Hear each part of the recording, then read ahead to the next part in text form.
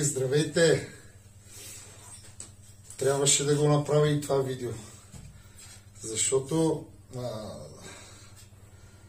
определено днеска пак ще си говорим за витрините и начина на правене на витрини, но преди всичко искам да обърна внимание на самите витрини, защото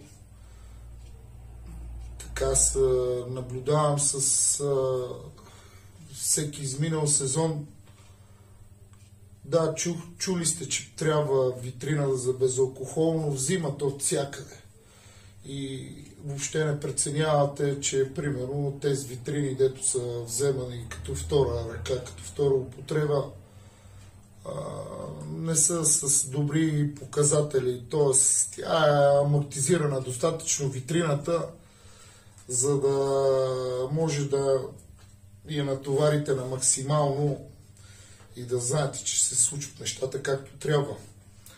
Тоест, опитвам се да ви кажа, че хубаво е, когато искате да правите нещо, правете го максимално добре. Просто пример ще ви дам.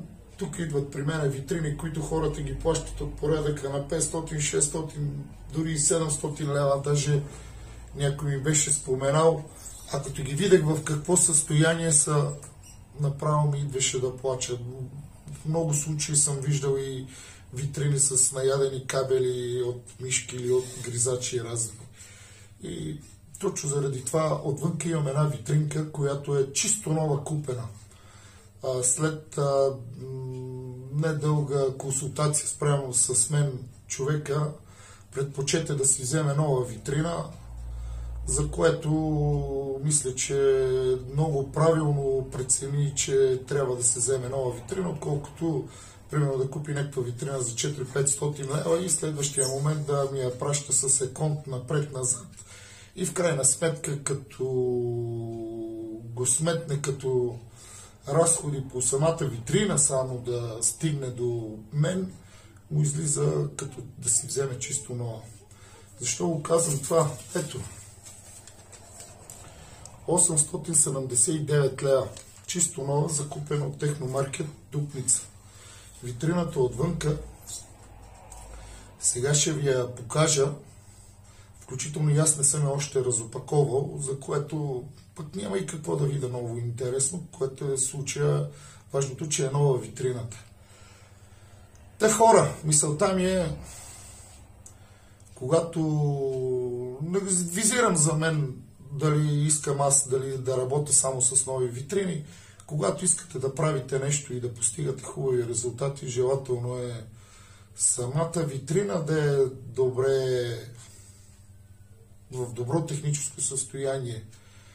И другото, тук ми се е налагало витрини, които буквално съм ги изваждал от гроба, за да ги направя да работят що-годе в режим, в който на нас ни е подходящ случай.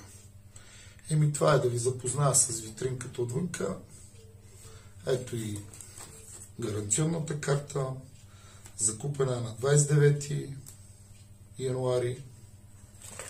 Баганцно е, дето викат германците, с гаранционната карта. И това е, да ви запозная набързо. Ето е витрината. Ето как изглежда. Сега ще я разопаковаме. Ето го моделчето.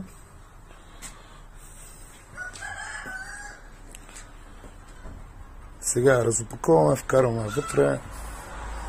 Слагам и електрониката и поживо, поздраво клиента ще си я ползва доста годинки.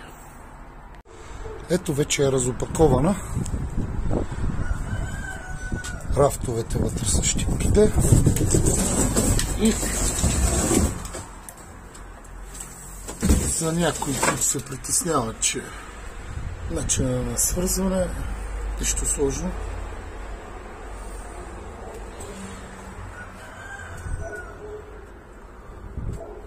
(3,2 ампера). Чудесно. Затворена отзаде. Виждате добре. Ето. Чисто новичка. А вие прецените дали не си заслужава. Дано ви е било полезно това видео, защото с времето, ако искате да имате резултати, за да си нямате главоболия с витрини, които са си изживяли живота, да го кажа така, това е варианта, който ви го показах отвънка. Това е от мен. Ако ви е било интересно това видео, штракнете и ме последвайте за още интересни видеа.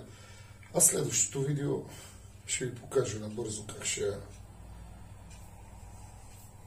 инсталираме и ще монтираме електрониката. Това е от мен. До чуване. До следващия път.